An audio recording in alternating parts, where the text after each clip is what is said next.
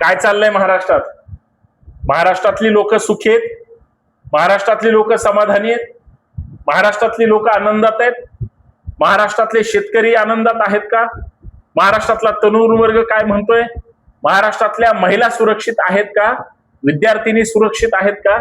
महाराष्ट्रातला सर्वसामान्य व्यक्ती ते जातीपातीच्या पुढे जाऊन माणूस म्हणतोय आहेत का आनंदामध्ये? जातीमध्ये धर्मामध्ये विष कालवणारे ऍक्शन मोडवर आहेत, हप्ते घेणारे ऍक्शन मोडवर आहेत, म्हणजे महाराष्ट्र बदनाम करणारे ऍक्शन मोडवर आहेत. तुम्ही कुठे आहेत? तुमचा तो कॉन्फिडन्स, तुमची ती लढण्याची ताकद, तुमची सामाजिक राजकीय जिद्द सध्या कुठे आहे? आणि जर दिसत नसेल, कळत नसेल किंवा जर डायव्हर्ट केलं जात असेल तर अत्यंत वाईट आहे. म्हणून माझा प्रश्न आहे, महाराष्ट्र चाललाय कुठं? आज महाराष्ट्र महागाईच्या दिशेने जातोय. आज महाराष्ट्र बेरोजगारीच्या वाटेवर पाऊल टाकतोय. आज महाराष्ट्र महिला अत्याचाराच्या घटना मोजत बसलाय. आणि आज महाराष्ट्र कुठं भूक बळीनं, कुठं अन्न बळीनं आणि कुठं दुष्काळानं होरपळून निघतोय. 4 घासाचे हक्काचे सुद्धा त्याला मिळायला तयार नाहीत. कुठं नेऊन ठेवलाय महाराष्ट्र माझा? कुठं हरवलाय महाराष्ट्र माझा? हाच आहे का उद्याचा महाराष्ट्र? याचं उत्तर कोण देणार हा मला पडलेला प्रश्न आहे. आणि याच प्रश्नाचं उत्तर घेऊन चर्चा करायची बंडखोर नेता आपल्या हक्काच्या युट्यूब चॅनलवर. सर्वांना नमस्कार, जय शिवराय, जय महाराष्ट्र. मी ऍडव्होकेट संतोष शिंदे. संतोष शिंदे या ऑफिशियल युट्यूब चॅनलवर, बंडखोर नेता या हक्काच्या युट्यूब चॅनलवर मी नेहमी आपल्या रोखठोक भूमिका मांडत असतो. आज काय भूमिका आहे? आज जर कोण राज्य करताय मला त्याच्याशी घेणं देणं नाही. अगोदर कोण होतं, आता कोण आहे, उद्या कोण असेल, I don't know, I don't care. आज महाराष्ट्रात काय आहे हा जर प्रश्न पडला तर महाराष्ट्रात महागाई आहे, महाराष्ट्रात भाववाढ आहे, महाराष्ट्रात बेरोजगारी आहे, महाराष्ट्रात वाढती गुन्हेगारी आहे, महाराष्ट्रात भेसळ आहे, महाराष्ट्रात म्हणजे उष्माघातानं लोक मरत आहेत, महाराष्ट्रात जातीत विष पेरलं जात आहे, महाराष्ट्रात धर्मात विष पेरलं जात आहे. महाराष्ट्र कुठल्याही अँगलने, सामाजिक घडामोडीने नाही ना राजकीय घडामोडीने नाही, महाराष्ट्राला कालही मिळालेलं नव्हतं, आजही मिळालेलं नाही, उद्या सुद्धा भविष्यात मिळेल. कुठल्याही समाजाचे प्रश्न असू द्यात जे सगळ्यांना माहिती आहेत, ते प्रश्न सुटलेले नाहीत. बोला,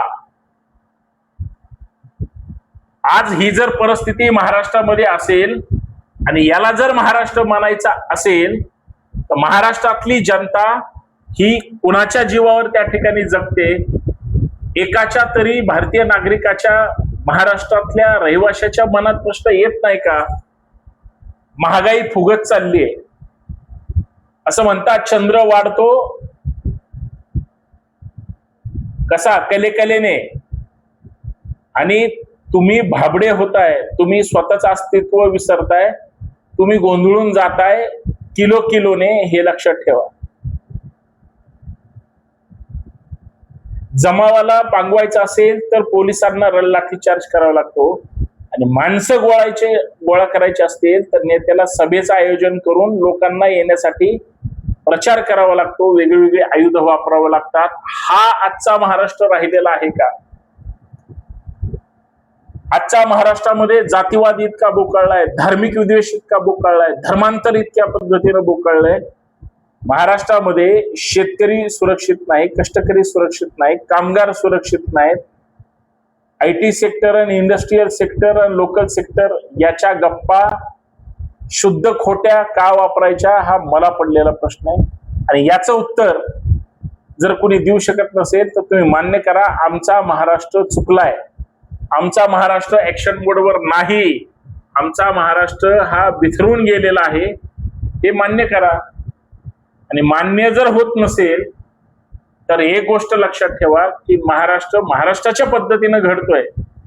घडवणारी लोक कुठे आहेत आणि घडवणारे लोक लांबून त्या ठिकाणी तमाशा बघून जर महाराष्ट्राच्या हितासाठी रस्त्यावर उतरून काही करणार नसतील, याला जबाबदार कोण आहे? याला जबाबदार स्वतः देवाभाऊ आहेत. कारण महाराष्ट्रात कुठं जरी टाचणी पडली, देवाभाऊंना लगेच क्लिक होतं. महाराष्ट्रात कुठेही काही घडलंय, एखाद्याची घरातली मशीन जरी बिघडली तरी त्यांचा माणूस येऊ शकतो, इतकी ताकद त्यांच्या या सगळ्या गोष्टीमध्ये आहे. आणि मला या सगळ्या गोष्टीचं कोडं वाटतं. आता हे सोडवायचं कसं? कुठं चाललाय महाराष्ट्र? म्हणजे महाराष्ट्र थांबलाय, चाललाय का बसलाय? महाराष्ट्रातल्या लोकांना जे अभिप्रेत आहे, प्रत्येक समाजाची माणसं एकत्र आली पाहिजे, समाज एकसंघ राहिला पाहिजे, घडला पाहिजे आणि प्रत्येकाला लोकसंख्येच्या प्रमाणात त्याच्या पर्सेंटेजनुसार त्याला हक्क मिळाले पाहिजे, त्याला तो अधिकार आहे. आणि मला असं वाटतं की या सगळ्या हक्क अधिकारामध्ये म्हणजे जनता जनार्दन तर खुश असेलच, परंतु इतर सगळी मंडळी सुद्धा नाखुश नसणार आहे, एवढं मला म्हणायचंय. बघा काय असतं, एखाद्याला जर एखाद्या राजकीय पक्षातून किंवा एखाद्या कुटुंबातून, एखाद्या फॅमिलीतून दूर जायचं असेल तर त्यांच्याविषयी जे वारंवार षडयंत्र केलं जातं ते कधी ना कधी दिसतं. आणि जे जे षडयंत्र करतात ते उघड्यावर दिसतात. वेगळं सांगायची गरज नाही. कुठं चाललाय महाराष्ट्र याचं उत्तर मला शोधायचंय.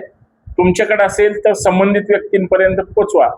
तुमच्याकडे उत्तर नसेल तर हा व्हिडिओ शेअर करा. त्याच्यावरच्या कमेंट सुद्धा माझ्या प्रामाणिकपणे करत असलेल्या कामाची पोचपावती असेल असं माझं ठाम मत आहे. यासाठी सगळ्या गोष्टी केल्या पाहिजेत. बास, जनता जनार्दन सुज्ञ आहे. जय शिवराय, जय महाराष्ट्र. पण महाराष्ट्राचं परिवर्तन होईल. लोक महाराष्ट्र बदलतील, लोक नेते आणि सत्ता बदलतील. लोक पैशावर विकली जाणार नाहीत ना, लोक पैसे घेऊन मतदान करणार नाहीत ना. लोक लोकच आहेत, ते फक्त दुसऱ्याकडे बोट दाखवायला आहे. ही वस्तुस्थिती आहे की नाही? धन्यवाद. जय शिवराय.